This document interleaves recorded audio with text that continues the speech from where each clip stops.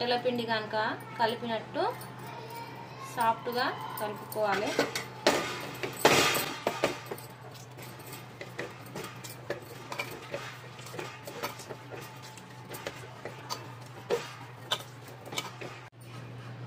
ఇలా మెత్తగా నేను ముద్ద చేసుకున్నా.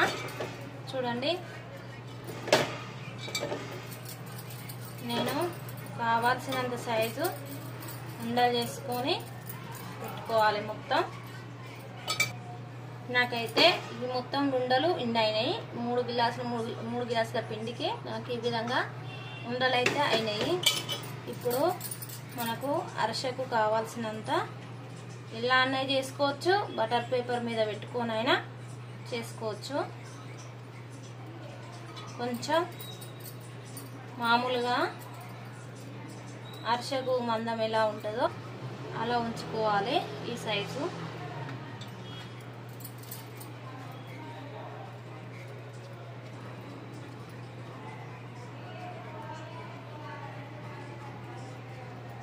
నేను మొత్తం ఇట్లానే చేసుకుంటాను. మొత్తం పిండి నేనైతే ఆల్రెడీ ఆయిల్ పోసుకొని పెట్టుకున్నా, ఆన్ చేసుకుంటున్నా.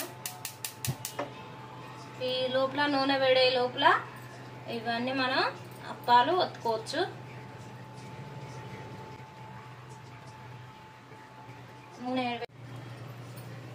నేనైతే అన్ని ఉండలు ఇలా ఒత్తుకొని పెట్టుకున్నా.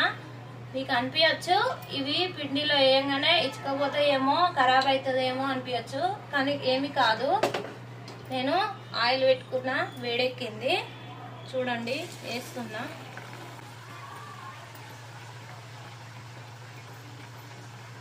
మనకు ఒకదానికి ఒకటి అంటుకోకుండా వేసుకోవాలి, కొంచెం చూసుకొని.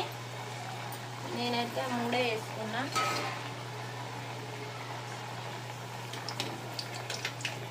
చూడండి ఎలా పొంగుతున్నాయో,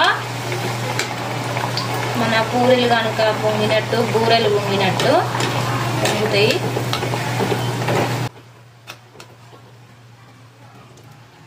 కొంచెం చూసుకోండి.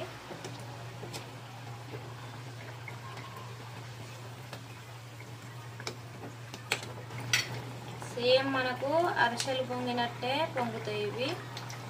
చూడండి అరిసెలు ఎట్లా పొంగుతున్నాయో.